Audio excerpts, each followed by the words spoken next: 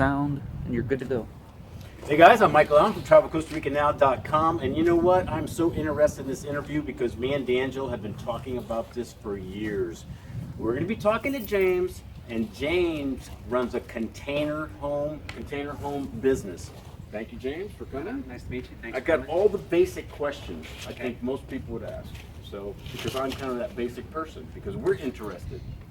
Actually, you can't see it. We're going to show you some pictures of his some of his homes and some of the containers. But anyway, who should consider a container home? I would say anybody, like specifically with the foreigners that come down here that perhaps own land and just want to put something down on the land before they start actually building their bigger house or anything.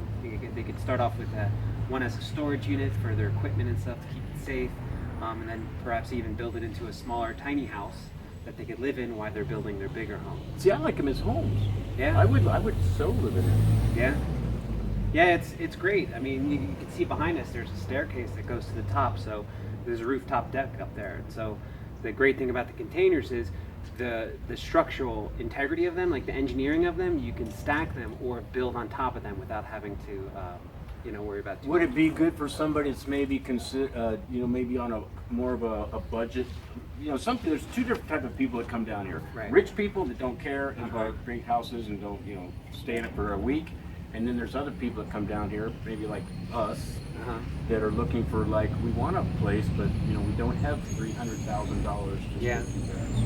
Yeah, no, that's a great question. A lot of people, the majority of the people that contact me about a house or construction actually just want kind of some of the metal work done because they're builders themselves or they're handy people, and they're on not a low budget, but they, like you said, they don't have hundreds of thousands of dollars that they want to throw into a beachfront property, and so they just want to put something down on their property. And yeah, it's a great place. Now, to be clear here, containers can be used for a small business, a little storefront, hotel, homes. You were just showing us one that was going to be used as for the girls. Yeah, it's an emergency shelter. Yeah, emergency shelter. So there's right. a lot of different uses maybe some people haven't even thought about. Yeah. For containers. Well, I park my car in one of them. Nice. So I don't know if who shouldn't think about. Who wouldn't really be interested in this? You know what I mean? I think someone that is looking to, have a beautiful, amazing house and have it be built out of containers, because no matter what you do to the container, it's still a container, Like we've had people contact us that are like, is there any way you could cover it up so it doesn't look like a container? And, my response is, well, it's going to cost you twice as much money because we're covering up, so it's like, if you... Yeah, why would you do that almost? Exactly. You could definitely pimp it out technically, right? Yeah, absolutely. We've got some really, like this model house behind us is really nice. It's really well done. Yeah, we're going to show pictures of it actually. Great. So what would be some of the advantages of picking a container? We maybe have kind of went over a couple of, maybe it's pricing, maybe there's a lot of options. I'm not sure. Well, there's actually a lot of options. Like for example, if you decide that you don't want it to be your house, you could call up the tow truck guy and put it on a platform, put it on a bed, and transport it out. So you could just kind of get rid of them pretty quickly. Resale value is great. A lot of people, They are kind of getting popular. You definitely see a lot of this now, like on the internet, the how-tos and stuff. So they're definitely getting out there. Yeah, the tiny house market or the tiny house fad is the big thing now. It's all these little tiny houses, people living in small spaces. And these do come in, you're talking 20 foot, 40 foot. You can stack them, you can make them bigger, but they also can be very small, right? Yeah, absolutely. Well, a lot of people in Costa Rica like to sort of live outside, and so they like to have the majority of their stuff inside regarding like the kitchen and the bathroom, but they want to kind of eat outside or sit in a hammock outside, and so it's a great option for that as well. So I was wondering, is it a little different with the, I don't know, we call it zoning. Is there a difference between putting like a container on a piece of property? What is it, the same permit thing? Again, like in Costa Rica, things are so variable here, Willy-nilly? Exactly. You get a different answer kind of everyone you ask. So through my experience the last 10 years, we found out that, pretty much if you're out in the campo, like if you're out in the middle of nowhere, you really don't need any sort of permits for it unless you're going to build like a multi-structure. But if you're going to just drop one down on a piece of property, You're probably good. You're probably good. Similar to like having an RV. But if you're going to cut them out, merge them, and stack them, then you pretty much need. We're all of starting your maybe a permits. hotel or things Exactly. like Anything that. like that, absolutely. And also, if you're in the middle of town, you're going to put something next to a school or a church, you're probably going to need all your permits. But you're pretty safe way out there in the woods. Is it a difficult process?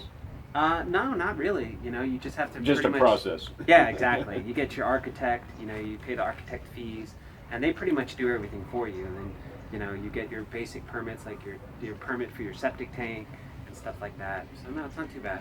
Okay, I know this is a crappy question because there's got to be way too many variables and depends on this. But maybe a little bit about prices. Yeah, no problem. Because I know you do from very basic to you kind of get them kind of semi-ready if the person can do their own thing, and I know you can pimp them out too. Yeah. So maybe like the lowest and maybe like the highest. Okay, good. So we do just sell standard containers.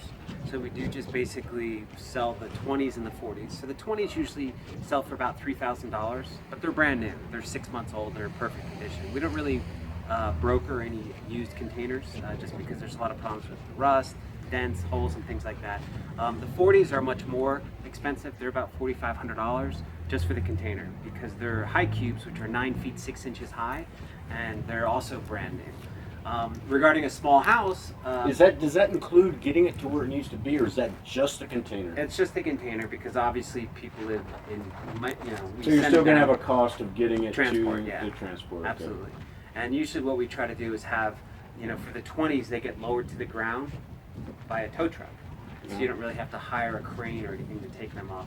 But to answer your question regarding the sizes and the prices, a basic 20-foot house, fully finished, pimped out, it's about $10,000.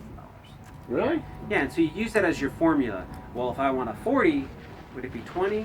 Almost. It's about 18,000. Well, if I want 4 containers put together, what's that? You just kind of use that as your building blocks of the pricing.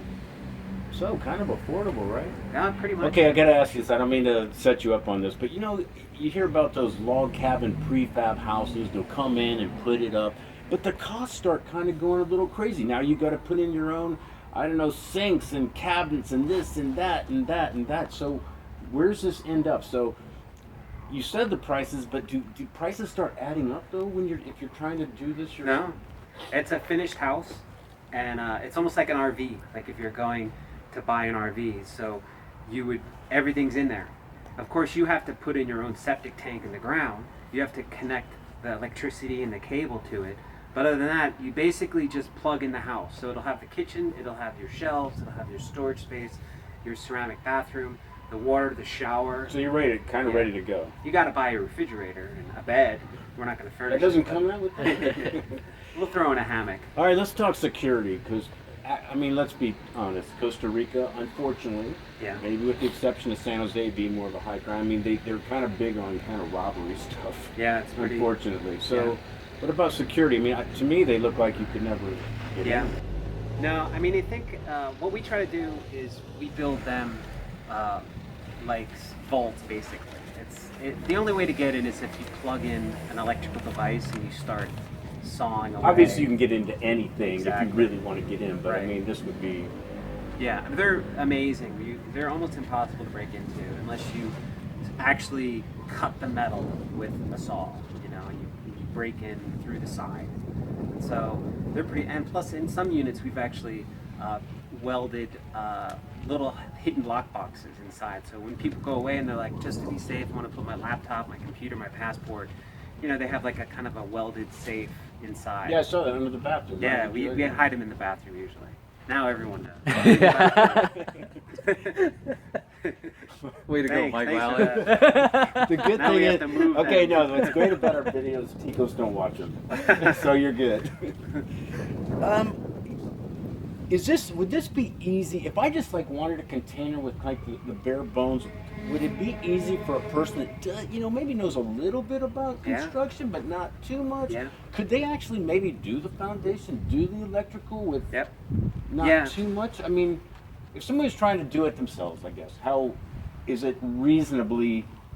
Could you do it? Could I do it? And I'm pretty bad at this stuff. Could I do it? Well, you could manage it, I think. I wouldn't recommend anybody to go do it unless they have experience. But Like if you're pouring the foundation, obviously you probably want somebody that kind of. yeah, make sure it's level, it's balanced, it's not going to fall off.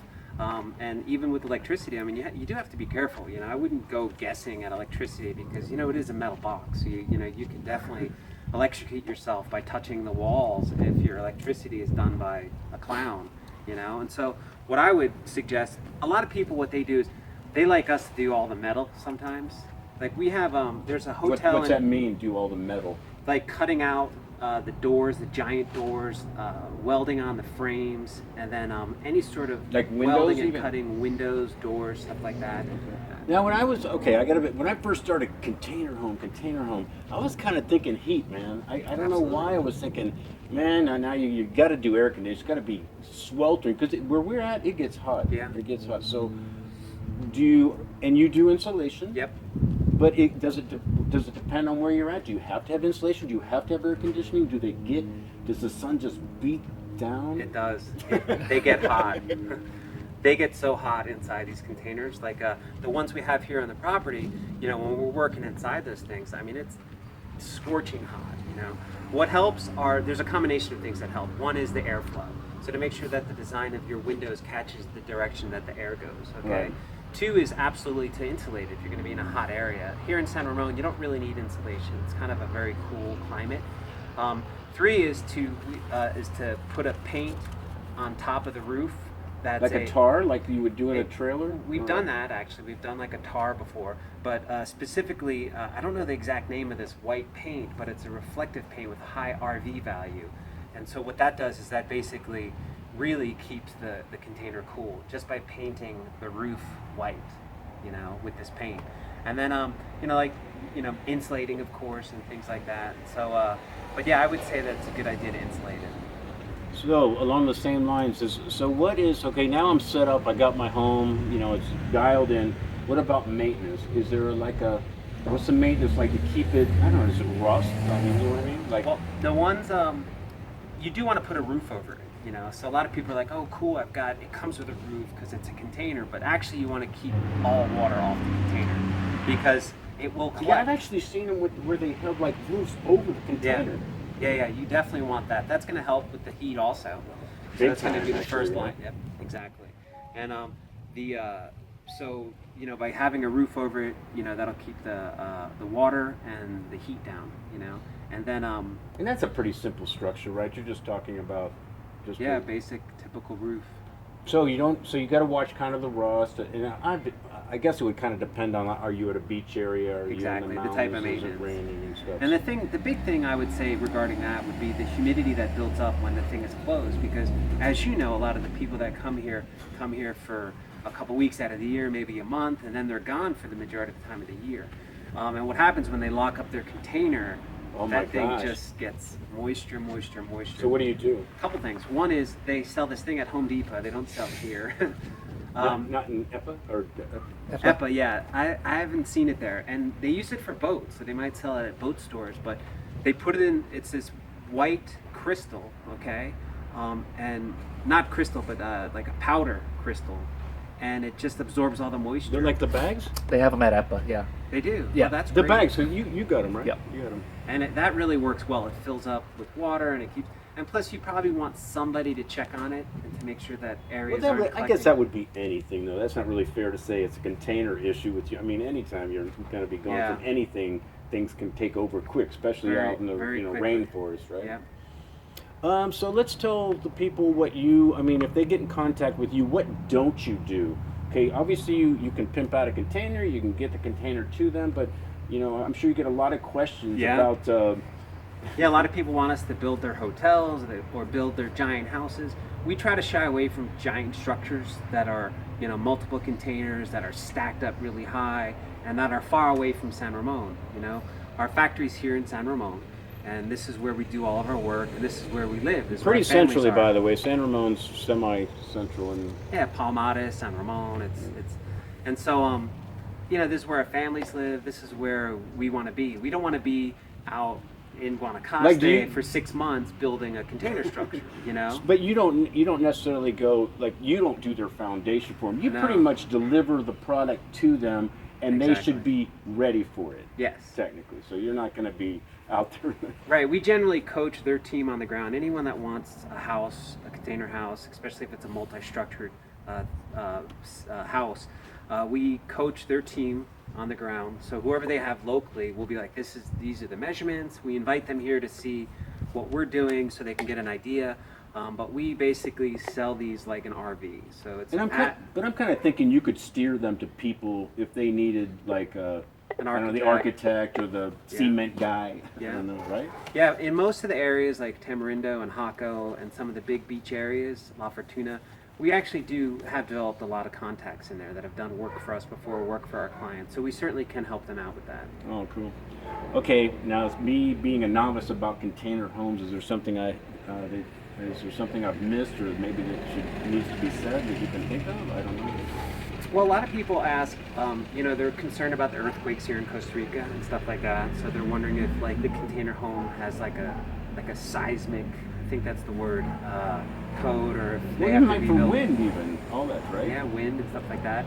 And what's amazing is we try to tell them that these things get stacked up 9 high. So 9 high on a boat. We're going to show that picture in the ocean. We're going to show that Oh, picture. no, We'll show it right now. And then, so they're pretty safe. I mean, if there's an earthquake, unless it falls in a hole, you know, it's going to be fine. They're really solid structures. They are. So no, I don't think you missed anything. All right, here's what we're going to do, guys. If you're interested, which I'm sure you are, because I know we are. Sorry, I'm over here.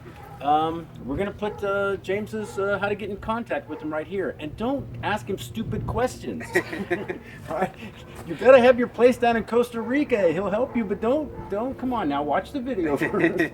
All right, so email right here. Anyway, thanks a lot, James. Right on. I appreciate it very much. Hey, guys, I'm Michael Allen from TravelCostaRicaNow.com. Peace, guys. Hope it helps.